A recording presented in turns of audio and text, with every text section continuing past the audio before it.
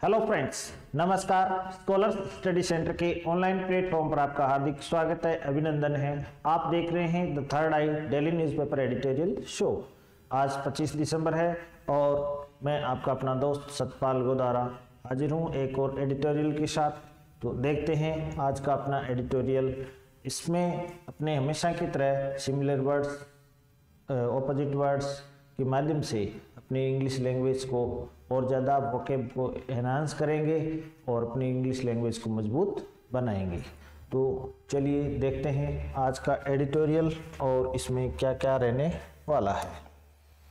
तो 25 दिसंबर के लिए आज हमारे माननीय भूतपूर्व प्रधानमंत्री स्वर्गीय अटल बिहारी जी का जन्म दिवस भी है, जन्म जयंती भी है। तो हम उनको नमन करते हुए आगे बढ़ते हैं। वो हम सबके प्रेरणा स्रोत हैं। तो अब वोकैब में देखते हैं, इसमें सिनोनिम्स, एंटोनिम्स और रीडिंग स्किल्स बढ़ाते हुए करंट इश्यूज में से हमने आज लिया है एथनॉल। एथनॉल टेक्नोलॉजी जिसे पेट्रोलियम के साथ में मिक्स किया जाता है। तो एथनॉल का ब्लेंडिंग करके जो एथनॉल ब्लेंडिंग पेट्रोलियम है, एथनॉल ब्लेंडेड पेट्रोलियम है, उसका जो भारत ने टारगेट बनाया है कि उसे 2030 तक 20% तक हम मिलाएंगे। अभी वर्तमान में 10-11% है जो एथनॉल मिलाया जा रहा है। तो इसके क्या नफ़ा नुकसान है, इसी को लेकर के आज का एडिटोरियल है। तो बहुत ही महत्वपूर्ण है और इसकी शब्दावली और करंट अफेयर के पर्पज से भी ये बहुत इम्पोर्टेंट है। तो ये थोड़ा सा लेंदी जरूर है लेकिन इम्पोर्टेंट है आपके एग्जाम की दृष्टि से, करंट अफेयर्स की दृष्टि से और लैंग्वेज पॉइंट ऑफ व्यू से भी। तो ये आप है जो देखिए। तो अब पहला अपना शब्द आ रहा है कनंड्रम। कनंड्रम है समस्या, प्रॉब्लम, कठिनाई, चुनौती।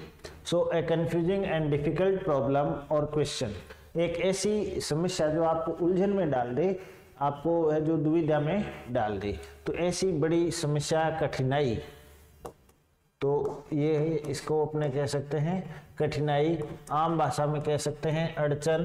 तो आप बहुत ही बड़ी दुविधा में आ जाते हैं कि सिनोनिम्स देखें इसके, डायलमा या पजल। डायलमा यानी आप द्वंद्व में फंस जाते हैं, एक ऐसी पहेली बन जाती है जो आपके लिए कि जिसे आपके लिए सुलझाना क्या होता है, कठिन होता है। तो एक द्वंद्व की स्थिति जो कंड्रम की स्थिति कहलाती है। सो रिलायबिलिटी एंड यूनिफॉर्मिटी, जिस पे भरोसा किया जा सके, जिसे सुलझाया जा सके, जिस पे बहुत ही एकरूपता हो, ज़्यादा कोई उलझन नहीं हो। One of the most difficult conundrums for the experts, तो निर्यातकों के लिए एक है जो एक बहुत ही कठिन कंड्रम्स है, बड़ी जटिल चुनौती है। तो यहाँ जटिल चुनौती या कठिनाई हो गया इसका अर्थ।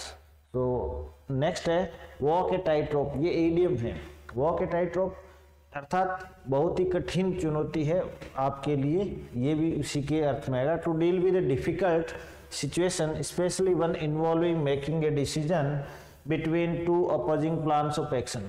जब आपके सामने दो विपरीत प्लान ऑफ एक्शन आए कि इन दोनों में से क्या है जो डिसाइड करना है, तो अब आपके लिए वहां पर वो टाइट जो वॉक ए टाइट रोप हो गया, अर्थात तलवार की धार पर चलने जैसा हो गया, कठिन है निर्णय लेने के मामला हो गया। He is walking A tight rope between the young activists and the more traditional elements with in the democracy movement. लोकतंत्र के आंदोलन के लिए वो है जो यंग एक्टिविस्ट, युवा प्रदर्शनकारियों और जो परंपरागत तत्व हैं उनके बीच में फंसा हुआ है, संघर्ष है और उनमें इस चुनौती को पार पाना बड़ा मुश्किल है। तो वॉक ए टाइट रोप, किसी कठिन चुनौती का सामना करना जिसको बहुत ही मुश्किल हो, जो कठिन हो। नेक्स्ट इज इम्पेंडिंग, ये अपने कई बार आ चुका है। आसन निकट वर्ब है, अपकमिंग, अप्रोचिंग, कमिंग और नियर, जो निकट आ रहा हो। सिनोनिम इमिनेंट और प्रोक्सिमेट। एंटोनिम हो जाएगा लेट और रिसेंट, हाल ही का, हाल ही का। और ये आसन या निकट हो गया, तो ये हो गया फ्यूचर के अर्थ में और ये हुआ बीते हुए अर्थ में। She worried about an impending business trip, वो है जो एक आसन निकटतम भविष्य की बिजनेस ट्रिप को लेकर के थोड़ी सी चिंतित थी। नेक्स्ट इज इम्फेसिस, नाउन है महत्व, गिविंग स्पेशल इंपॉर्टेंस और अटेंशन टू समथिंग, किसी को विशेष महत्व देना, किसी को विशेष है जो ध्यान है जो उस पर देना। सो प्रोमिनेंस और इम्पोर्टेंस, महत्व, इसका सिनोनिम हो गया। डिमिनिश और अंडरस्टेट है जो उसको कमतर आंकना, कमतर समझना, कम महत्व देना, महत्वहीन समझना, इंटोनिम हो गया। They are putting more emphasis on the math and science, वे है जो विज्ञान और गणित को ज्यादा महत्व दे रहे हैं, एम्फेसिस दे रहे हैं। ये इसका वाक्य में प्रयोग हुआ जी। देखते हैं आज का अगला शब्द क्या है, प्रिवेल्ड। प्रिवेल वर्ब है विद्यमान या प्रचलन में होना, टू गेट कंट्रोल और influence in a particular situation, तो किसी विशिष्ट स्थिति के अंदर हम है जो उसका नियंत्रण प्राप्त करें, उसको प्रभावी माने, तो आपके प्रभाव में होना, प्रिवेल होना। सो विन थ्रू, ट्रम्प और बी विक्ट्रियस। विन थ्रू जीतना, ट्रम्प जीतना, बी विक्ट्रियस विजेता होना, तो जो प्रभाव में होगा, प्रचलन में होगा, विद्यमान होगा, वो ही जीतने की स्थिति में होगा। So it is hard for logic to prevail over the emotion, तो ये भावनाओं पर जो काबू पाना है जो बड़ा ही कठिन है। बूम्ड, तेजी से आगे बढ़ा। बूम यानी इंक्रीज होना, प्रचलन में आना। हम कहते हैं कि आजकल इस चीज का इकोनॉमी में बूम आ रहा है, इसमें ये बूम आ रहा है, तो यानी वो इंक्रीज हो रही है, तो बहुत तेजी से स्पीड से बढ़ना। So to become greater in size, extent, volume, amount और नंबर। कोई भी चीज है वो आकार में अगर बड़ी होती जाती है, अगर उसका विस्तार बड़ा होता जाता है, उसका वॉल्यूम बढ़ रहा है, उसकी मात्रा बढ़ रही है या उसकी संख्या बढ़ रही है, तो इस चारों पांचों अर्थ में है जो इंक्रीज के सेंस में अपने उसको ले सकते हैं कि देयर इज बूम। क्लेमर होना और डिन होना, ये शोरगुल के अर्थ में भी आता है बूम। अगर आपकी वॉइस भी, नॉइज भी बढ़ रही है तो हम कहते हैं क्लेमर और डिन। ड्रॉप, वैन और फेल। ड्रॉप गिरना, वैन होना धुंधला पड़ना, कमतर होना, मध्यम होना, और फॉल यानी गिरना। तो his voice boomed out across the congregation, तो कॉन्ग्रेगेशन के पार पूरा उसमें आवाज उसकी है जो गूंज रही थी, बढ़ रही थी, तेज हो रही थी। तो ये इसका वाक्य में प्रयोग हो गया। चलिए जी, 6 बूम्ड हो गया। 7th plummet. अब प्लमिट देखते हैं। प्लमिट है वर्ब है आकस्मिक रूप से घटना, ऑन द मुंह गिरना, टू फॉल सडनली। अब ऊपर से एकदम वर्टिकल नीचे की ओर कोई चीज आएगी, हम कहते हैं प्लमिट। Suddenly and quickly from A high level और पोजीशन, बहुत ही ऊंचाई से अगर नीचे की ओर ऐसे कोई चीज आती है, ऑन द मुंह गिरना। तो अगर कोई मूल्य एकदम से कम हो जाए, गिर जाए, अचानक से ही रेट गिर जाए, तो हम कहते हैं प्लमिट प्राइस। सो सिनोनिम प्लंज, फॉल, हेडलॉन्ग और हर्टल, सिर के बल गिरना। राइज, असेंड और क्लाइंब, ऊपर चढ़ना, ग्रोथ होना, वृद्धि होना। तो ये इसका एंटोनिम हो गया और ये इसका सिनोनिम हो गया। तो राइज, असेंड और क्लाइंब प्लमेट का एंटोनिम हो गया। तो a climber was killed when he plummeted 300 feet down in an icy gully. तो वो एकदम ही लगभग 300 फीट की ऊंचाई से एकदम से औंधे मुंह गिरा, तो जो क्लाइंबर है वो उसकी मौत हो गई थी। हर्लिंग, तेजी से दौड़ना, to move with great speed perhaps causing danger. अब कोई लोग इतने जैसे केयरलेस ड्राइवर होते हैं कि वाहन को दौड़ाते हैं, तो इस तरह से तेजी से दौड़ना जो कि दूसरों को खतरे में डाल दे, तो दैट इज हर्टलिंग। तो स्पीडिंग और रशिंग, रश करना, तेज दौड़ना, स्पीड से जाना। क्रीपिंग और क्राउलिंग, रेंगना, रेंगते हुए जाना। अब तेज दौड़ता हुआ जा रहा है तो इसका एंटोनिम क्या हो जाएगा, रेंगना। तो रेंगते हुए चलना, धीरे धीरे चलना। जैसे विलियम शेक्सपियर कहते ना, क्रीपिंग लाइक नेल, तो क्रीपिंग रेंगना, घिंगी की तरह क्रीप करना। So the truck came hurtling towards us, truck है जो हमारी ओर एकदम से हर्टलिंग, तेज स्पीड से खतरे में डालते हुए, हम सबकी जान को खतरे में डालते हुए हमारी तरफ आया। ये वाक्य में प्रयोग हो गया। नेक्स्ट है वाटर इंटेंसिव, वाटर सघन, जल सघन, जल सघन शौक, यानी कि सघन जल शौक हो गया, या जल सघन अपने इसको कह सकते हैं, जिसमें ज्यादा पानी की आवश्यकता हो। सघन यानी डेंसिटी जहां में ज्यादा चाहिए, तो वाटर इंटेंसिव। सो अत्यधिक मात्रा में जल की आवश्यकता वाली कोई फसल है या कोई चीज है। So water intensive crops are those crops referred to as the crops that require a large amount of water for the cultivation. तो वाटर इंटेंसिव वे फसलें होती हैं जिन फसलों के लिए हमें बहुत बड़ी मात्रा में पानी की आवश्यकता होती है ताकि हम कल्टीवेशन खेती कर सकें। Generally crops require 300 to 500 mm of rainfall और वाटर फॉर देयर ग्रोथ। आमतौर पर फसलों को है जो वृद्धि के लिए 300 से 500 mm है जो वर्षा की या पानी की आवश्यकता होती है ताकि वो वृद्धि कर सके। However sugar cane requires 1500 to 2500 mm of rainfall और water to complete the growth cycle. जबकि शुगर कैन जिसे अपने कहते हैं गन्ना, तो गन्ने की फसल को है जो लगभग 1500 से 2500 mm यानी कि इसे 3 गुना ज़्यादा 4 गुना ज़्यादा वर्षा या पानी की आवश्यकता होती है ताकि वो अपना ग्रोथ साइकिल है जो वृद्धि चक्र पूरा कर सके। So hence it is water intensive crop. तो ये जो शुगर कैन है वो जल सघन जो फसल है, यानी इसमें बहुत ज़्यादा पानी की आवश्यकता होती है। तो यहाँ आज इसकी चर्चा इसलिए हो रही है क्योंकि सरकार क्या है एथेनॉल ब्रांडिंग कर रही है। तो इससे क्या होगा, गन्ने की लोग फसल ज़्यादा लेंगे क्योंकि ये कैश क्रॉप भी है। तो इससे क्या होगा, हमें बहुत ज़्यादा पानी की आवश्यकता। जैसे जैसे एथेनॉल की डिमांड बढ़ेगी तो शुगर कैन की जो डिमांड बढ़ेगी तो लोग ज़्यादा से ज़्यादा शुगर कैन है जो किसान हैं इसकी फसल लेना चाहेंगे। तो गन्ने की फसल ज़्यादा लेंगे तो पानी की भी ज़्यादा आवश्यकता होगी। तो इसमें है जो एक जल संकट की भी समस्या आ सकती है। तो इन्हीं जो दीर्घकालिक नीतियों को लेकर के ये है आर्टिकल। तो सबसे पहले इसमें 8-9 स्लाइड हैं, तो आप एक बार सबसे इनको 1-1 करके पॉज कर ले और अच्छी तरह से पढ़ ले। तो मैं आपके लिए दे रहा हूँ, ये 1 नंबर स्लाइड होगी। इसके बाद में आपको मिलने वाली है ये वाली स्लाइड। तो इसको आप अच्छी तरह से पढ़ लीजिए। फिर आपकी ये 2 नंबर हो गई। इस पैराग्राफ को पॉज करने के बाद आप देखें 3 नंबर। इसके बाद में ये नेक्स्ट देखें, इसको भी पढ़ ले ताकि पूरा पैराग्राफ कंटिन्यूटी में आप पढ़ेंगे तो आपको as it is original content मिलेगा जो न्यूज़पेपर में है। तो एक साथ पूरा पढ़ने पर हमें अच्छी तरह समझ में आ जाएगा। इसे आप पॉज करके स्क्रीनशॉट लेके जैसे चाहो वैसे पढ़ सकते हो। तो ये सारी स्लाइड एक साथ पढ़ने से पूरा कंटेक्स्ट आपके अच्छी तरह स्कीम हो जाएगा, समझ में आ जाएगा। तो ठीक है, उम्मीद करता हूँ आपने इसको अच्छी तरह से पॉज करके देख लिया। अब अपने इसको पैराग्राफ वाइज देखते हैं। तो ठीक है, अपना जो पहला वर्ड है वहीं से स्टार्ट करते हैं। ये हेडिंग आ गई अपनी, इंडियाज एथेनॉल कंडरम। भारत की जो एथेनॉल को लेकर के जो चुनौती है, एक दुविधा है, उसको देखते हैं। The future of India's renewables strategy Hanks on A delicate food fuel trade off and choice between intensifying hunger and reducing fossil fuel use।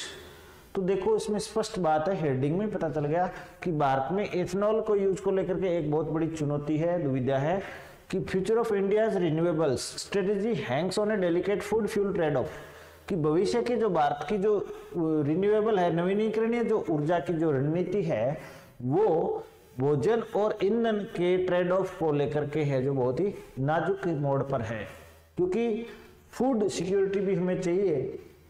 तो अगर गन्ने की लोग ज़्यादा फसल करेंगे तो है जो दूसरे खाद्यान्नों की जो दिक्कत हो जाएगी।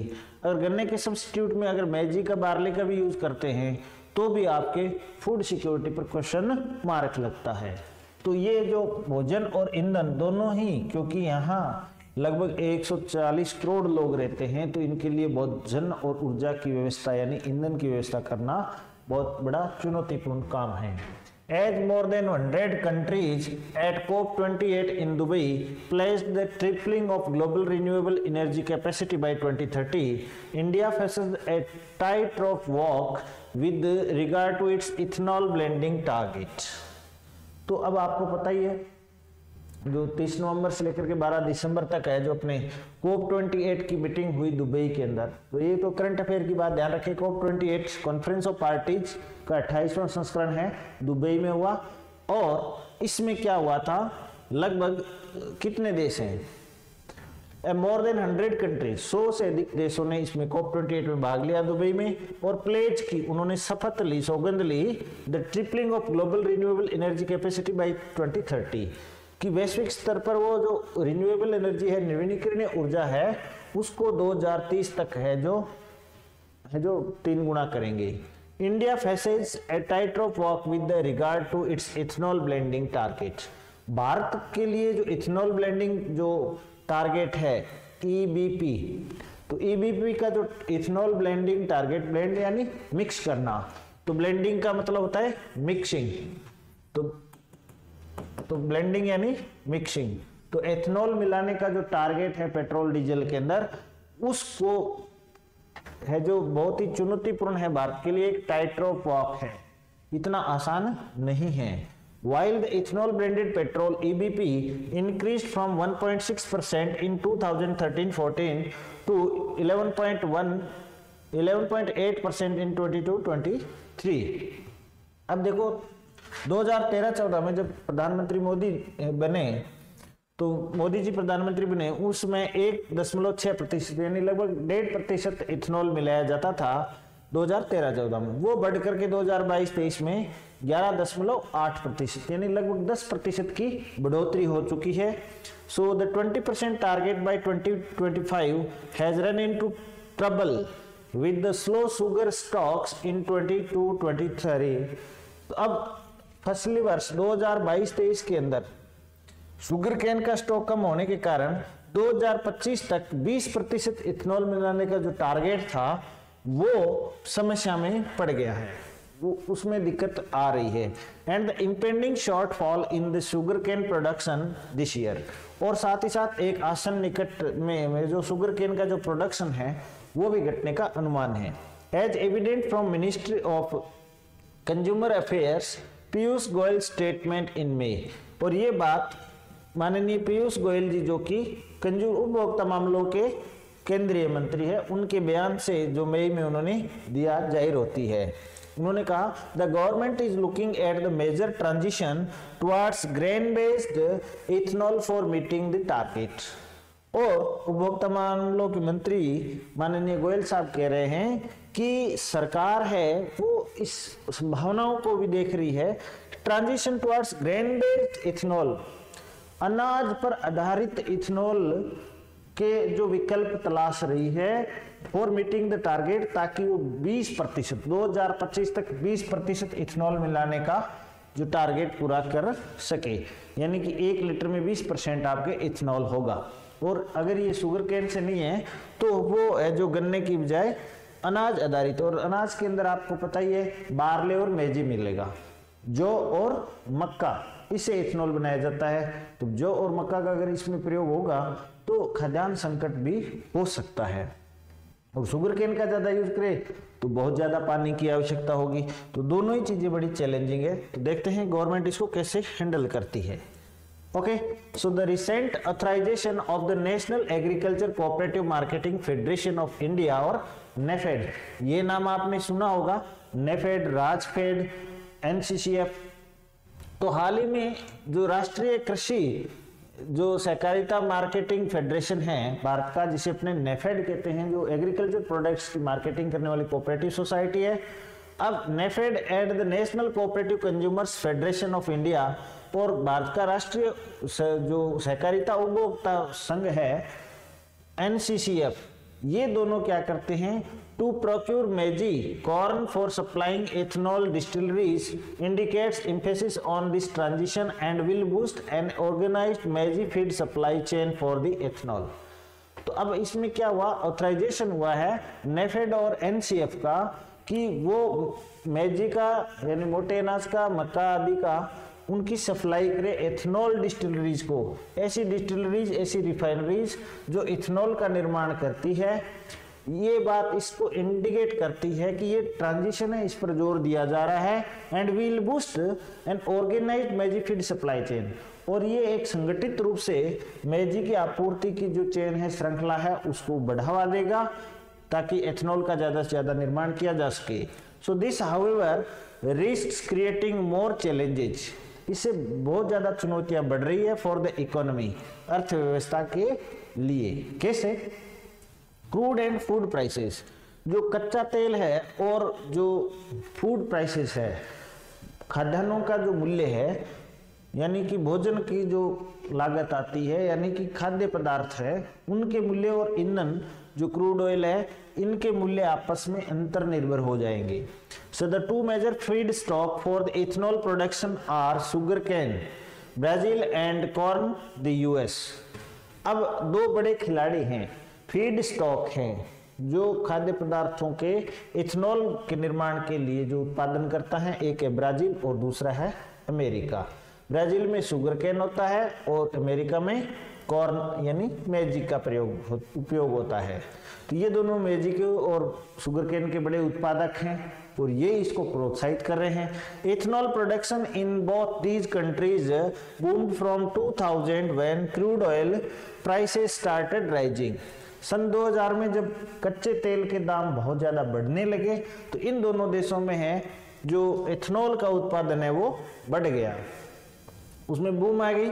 And remained above a certain threshold for a decade, और लगभग 2010 तक, एक दशक के लिए है जो ये एक खास उसमें बढ़ोतरी बनी रही। उसके बाद में क्या सिनेरियो होता है यहाँ पर, एट लो क्रूड प्राइसेस, अगर बहुत ही कम दर पर कच्चे तेल का मूल्य मिले, crude prices, ethanol blending is not competitive, तो एथेनॉल को मिक्स करना बहुत ज्यादा प्रतिस्पर्धात्मक नहीं है, कॉम्पिटिटिव नहीं है। It is a slow process driven by heavy subsidies, क्योंकि ये बहुत ही धीमी प्रक्रिया है और इसमें भारी भरकम राज्य सहायता सब्सिडी दी जाती है। So a crucial difference between the use of sugarcane and corn for producing ethanol is degree of food fuel conflict that emerges। अब इसके अंदर क्या है, एक बड़ी क्रूशियल डिफरेंस है, एक नाजुक अंतर है, मतांतर है कि हम सुगरकेन और कॉर्न का प्रोडक्शन का जो कॉर्न और एथेनॉल का सुगरकेन का यूज करें ताकि हम क्या कर सकें, एथेनॉल का उत्पादन कर सकें। तो इसमें विवाद इस बात को लेकर कि फूड फ्यूल का जो कन्फ्लिक्ट है उसमें फूड की मात्रा क्या रहेगी, आप कितना अनाज है मैजी या बार्ले इसमें यूज करेंगे, ये बहुत बड़ा संघर्ष इसमें उभर करके आता है। क्योंकि in the case of sugar cane ethanol is produced by processing the molasses C heavy, B heavy and the constituents minimal trade off with the sugar output। अगर शुगर केन को हम देखा जाए तो इसमें एथेनॉल का उत्पादन है वो मोलासेस को प्रयोग करते हैं, जिसमें सी हेवी और बी हेवी जो इसका प्रोडक्ट होते हैं शुगर कैन के, इनका प्रयोग करते हैं और it constitutes minimal trade off with the sugar cane output. The B heavy molasses batch produces less sugar. अब बी हेवी है, इससे कम चीनी का उत्पादन होता है and compare to the C heavy, इस सी हेवी के मुकाबले।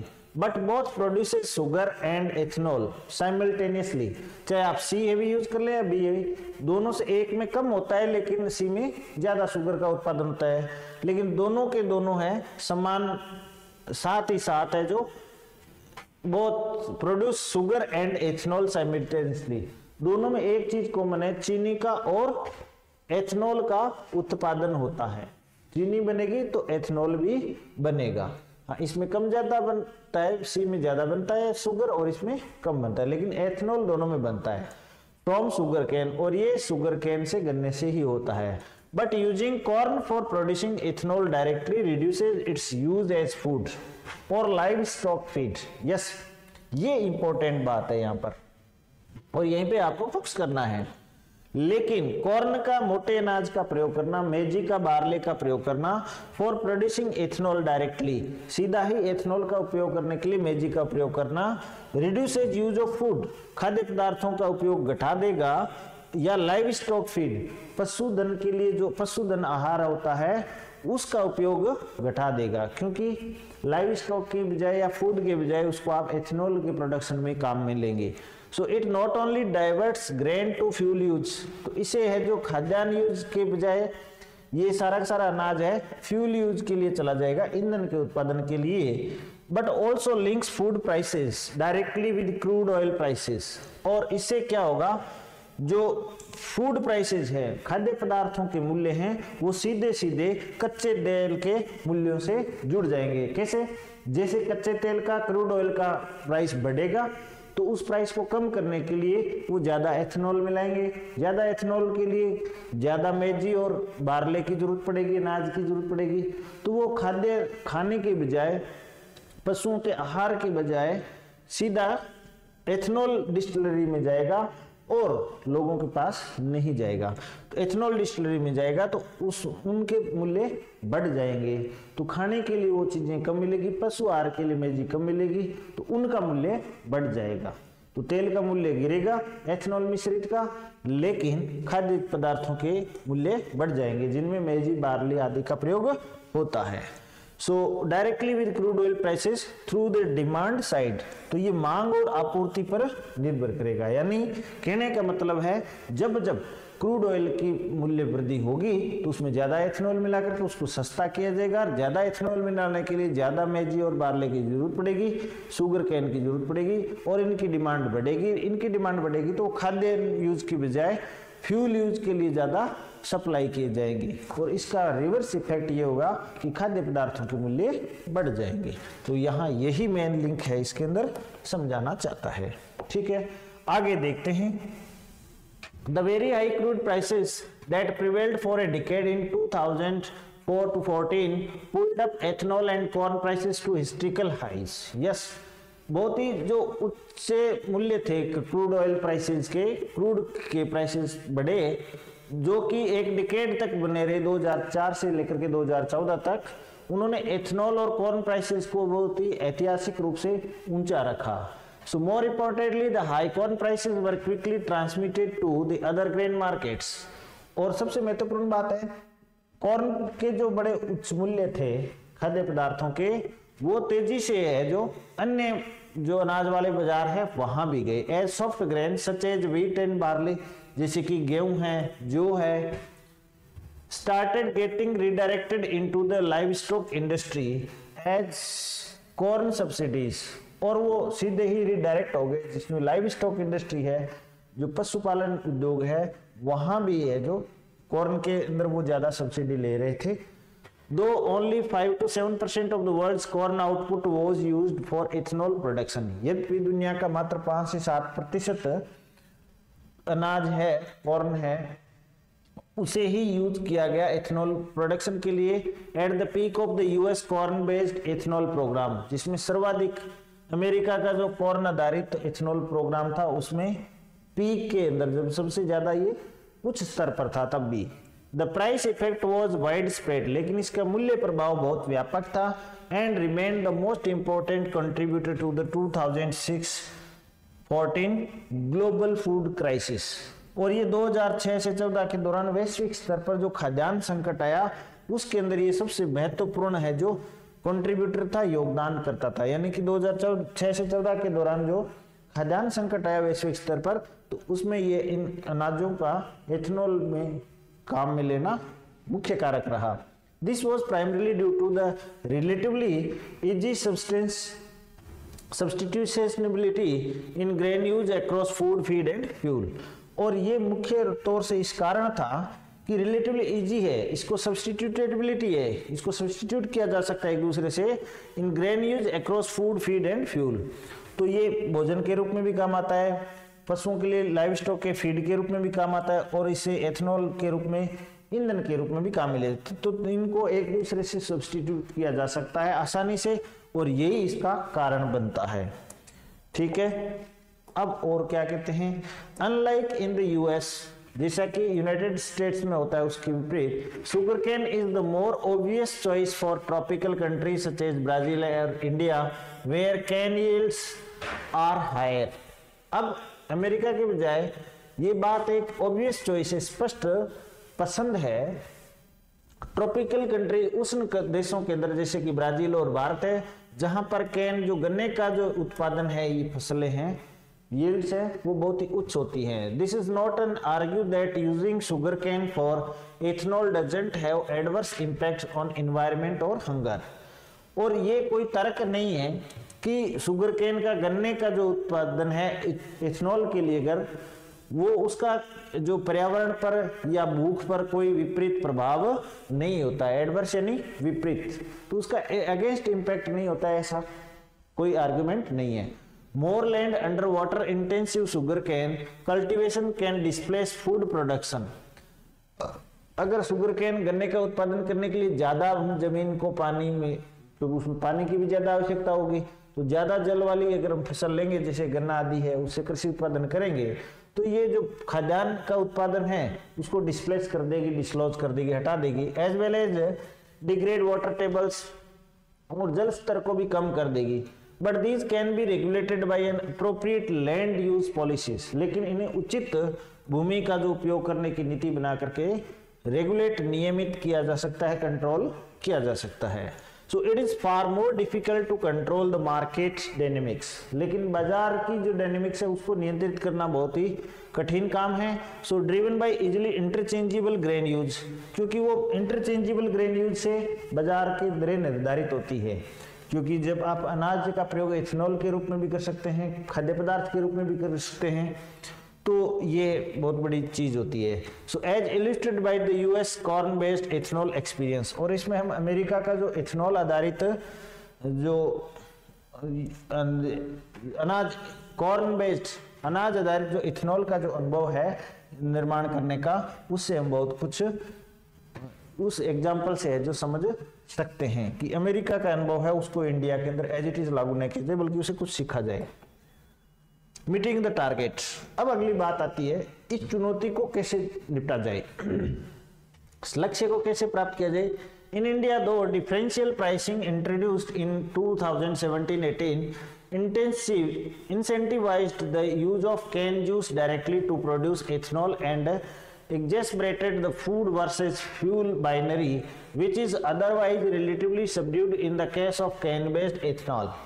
भारत के अंदर क्या हुआ, डिफरेंशियल प्राइसिंग है वो 2017-18 के अंदर जारी किया गया, जिसमें कैन जूस का सीधा सा उपयोग हुआ एथेनॉल निर्माण के लिए, और इसने है जो फूड वर्सेस फ्यूल की बाइनरी को बढ़ा दिया, एक्सेसरेट कर दिया, which is otherwise relatively subdued, जो कि अन्यथा कम थी इन the case of can based ethanol, जिसमें हम गन्ने आधारित एथेनॉल में वो बहुत ही कम था। So when price incentives were given for ethanol produced from can juice without extraction of sugar, a process which gives a substantially higher yield of ethanol, mills abandoned the more sustainable molasses route। अब देखो, पहले तो क्या हुआ, सीधा बना रहे थे, चीनी के साथ में उसको बना रहे थे, बाद में क्या हुआ, जब प्राइस इंसेंटिव दिए गए सब्सिडी के रूप में एथेनॉल निर्माण के लिए, तो फैक्ट्रियों ने क्या किया, जो एक्सट्रैक्शन किया था शुगर का, तो विदाउट एक्सट्रैक्शन ऑफ शुगर, बिना चीनी का निर्माण किए, चीनी निर्माण के इसमें बाय प्रोडक्ट में एथेनॉल हो रहा था, वो प्रक्रिया नहीं अपनाते हुए डायरेक्ट प्रोसेस अपनाई, और उन्होंने क्या है, ज्यादा एथेनॉल बनाया, और mills abandoned the more sustainable molasses route. तो पहले जो ज्यादा वहनीय जो रूट था मोलेसिस का, यानी कि चीनी निर्माण के दौरान बाय प्रोडक्ट के रूप में एथेनॉल का निर्माण करते थे, उस रूट को छोड़ दिया, डायरेक्ट एथेनॉल ही बनाने लगे, ताकि ज्यादा सब्सिडी ले सके। So this was driven by the urge to hasten the journey towards the 2025 ethanol blending petroleum EBP target, और ये उस टारगेट को जल्दी पाने की कोशिश थी कि 2025 तक एथेनॉल ब्लेंडेड पेट्रोलियम का लक्ष्य प्राप्त कर सके, which it achieved, जो किसने प्राप्त किया। So the success generated challenges in the form of reduced sugar stocks, लेकिन इसका, इस सफलता का दूसरा एक चुनौती ये हुआ कि चीनी का जो निर्माण है वो स्टॉक है वो कम हो गया, यानी चीनी बनना कम हो गया, तो चीनी के मूल्य बढ़ गए, क्योंकि उन्होंने बिना चीनी निर्माण के डायरेक्ट सीधा एथेनॉल बनाया। यानी हर चैलेंज है एक दूसरे से इंटररिलेटेड है। The December 7, 2023 order by the Ministry of Consumer Affairs, उपभोक्ता मामलों के मंत्रालय का 7 दिसंबर 2023 का हाल ही का आदेश है, banning the use of can juice for ethanol production is a timely corrective step. अब ये सही समय पर लिया गया एक कदम है, जिसमें उपभोक्ता मंत्रालय ने सीधा ही गन्ने का जो कैन जूस को प्रतिबंधित कर दिया है कि आप इसे जो सीधा डायरेक्ट एथेनॉल नहीं बना सकते, आपको चीनी बनाते हुए बाई प्रोडक्ट के रूप में ही बनाना है। But by adopting a transition to grain-based ethanol, to fast track the 2025 target achievement. MEGI is expected to supply around half of the ethanol feed in 2023-24 and beyond. Is the government hurtling towards a looming specter of uncontrollable food inflation? लेकिन इसका विकल्प देखो सरकार क्या कर रही है, उन्होंने एक ट्रांजिशन किया, एक बदलाव किया कि चलो इसको छोड़ते हैं, दूसरा रूट अपनाते हैं, अनाज आधारित इथेनॉल बनाते हैं और उसका फास्ट ट्रैक 2025 का टारगेट अपने प्राप्त कर लेंगे। इसमें मेजी है जो मक्का है, इसकी आपूर्ति की उम्मीद की जा रही है कि आधा एथेनॉल है जो मेजी आधारित बना लेंगे 2023-24 में या इसके बाद। तो सरकार है इस बात को लेकर के बहुत तेजी से आगे बढ़ रही है।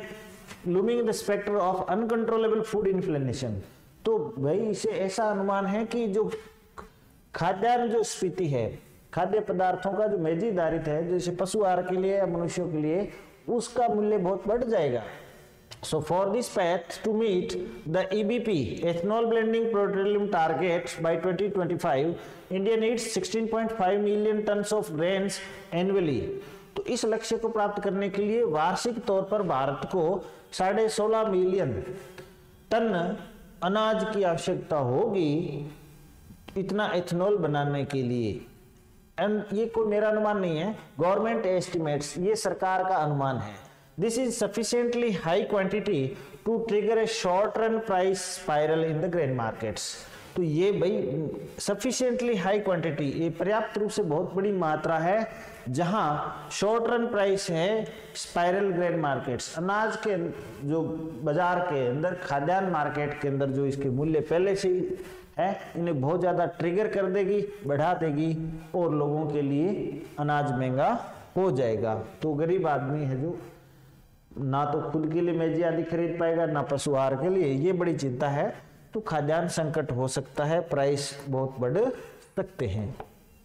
इसके अलावा क्या कहा गया है, the future of India's renewable strategy Hanks on delicate food fuel trade off and a choice between intensifying hunger and reducing fossil fuel use. अब भारत का जो भविष्य है रिन्यूएबल एनर्जी की रणनीति को लेकर के, वो फूड फ्यूल ट्रेड ऑफ को लेकर के, ये देखो यहां से हेडिंग बनी थी, ये सेंट्रल पॉइंट ऑफ पैराग्राफ है अपना। And choice between intensifying hunger and reducing fuel. अब एक तो भूख मिटाना है, हर व्यक्ति को अनाज उपलब्ध कराना है, दूसरा reducing fossil fuel use, fossil fuel जीवाश्म ईंधन का भी प्रयोग कम करना है। अब आप क्या करेंगे, on the one hand the government can reconsider it's EBP target. एक तो ये हो सकता है कि सरकार अपना एथेनॉल ब्लेंडिंग का जो टारगेट है उसको रिकंसिडर करे, उस पर पुनर्विचार करे, and stagger it to contain the contradictions, और इनके विरोधाभास को दूर करे। On the other hand we need more investment in public infrastructure, urban design to contain the fuel demand for automobiles and renewable such as solar power. दूसरा ये हो सकता है कि सरकार है जो अपना निवेश बढ़ाए इन पब्लिक इंफ्रास्ट्रक्चर में, शहरी डिजाइन के अंदर, ताकि उनकी जो ईंधन की जो डिमांड है ऑटोमोबाइल्स के मामले में उसको पूरा किया जा सके, और उसके लिए रिन्यूएबल एनर्जी जैसे कि सोलर पावर है उस पर डिपेंड हुआ जा सकता है। कोप 28, तो इसका समाधान ये दिया कि आप फॉसिल फ्यूल की बजाय, पेट्रोलियम की बजाय, एथेनॉल की बजाय solar power based electric vehicles की तरफ जाएं। कहने का मतलब है ईवी का जो मार्केट है वो और ब्राइटर होने वाला है और आपको इधर ही जाना पड़ेगा, चाहे वो सोलर बेस्ड हो या अन्य। तो ईवी भी सोलर बेस्ड ईवी की तरफ धीरे धीरे बढ़ेगी, तो ये इसका सब्स्टिट्यूट हो सकता है। अब आपको एक लास्ट में बता दो, कोप 28। अब कोप कॉन्फ्रेंस ऑफ पार्टीज का 28वां संस्करण दुबई में हुआ था, तो इसको देख लीजिए, बड़ा इंपॉर्टेंट है जीके की दृष्टि से। The 2023 United Nations climate change conference, अब 2023 की संयुक्त राष्ट्र संघ की जलवायु परिवर्तन का जो सम्मेलन हुआ, जलवायु परिवर्तन क्लाइमेट चेंज कॉन्फ्रेंस सम्मेलन हुआ, या इसको अपने कहते हैं conference of the parties of the UNFCCC. तो कोप 28 है तो कॉन्फ्रेंस ऑफ पार्टीज, तो पार्टीज में कौन सी है, संयुक्त राष्ट्र संघ की जलवायु परिवर्तन सम्मेलन की पार्टीज, जिसमें 100 से अधिक देश हैं। UNFCC more commonly known as COP28, जिसे साधारण तौर पर COP28 के रूप में हम जानते हैं, was the 28th United Nations climate change conference. तो ये संयुक्त राष्ट्र संघ की जलवायु परिवर्तन का 28वां संस्करण था इस सम्मेलन का, हेल्ड फ्रॉम 30 नवंबर टू 12 दिसंबर। ये 30 नवंबर से 12 दिसंबर तक हुआ। कहां पर? At Expo City Dubai, Dubai के एक्सपो सिटी में ये हुआ। और ये कहां पर है? UAE के अंदर है। UAE that is United Arab Emirates. Okay, तो उम्मीद करता हूं आपको ये बात अच्छी तरह समझ में आई होगी। तो बहुत ही जटिल विषय है, लेकिन फ्यूचर के लिए बहुत ही इंपॉर्टेंट है। तो इस तरह के आर्टिकल्स हमारे साथ डेली पढ़ते रहिए, बने रहिए। मिलते हैं एक और एडिटोरियल के साथ, तब तक के लिए नमस्कार।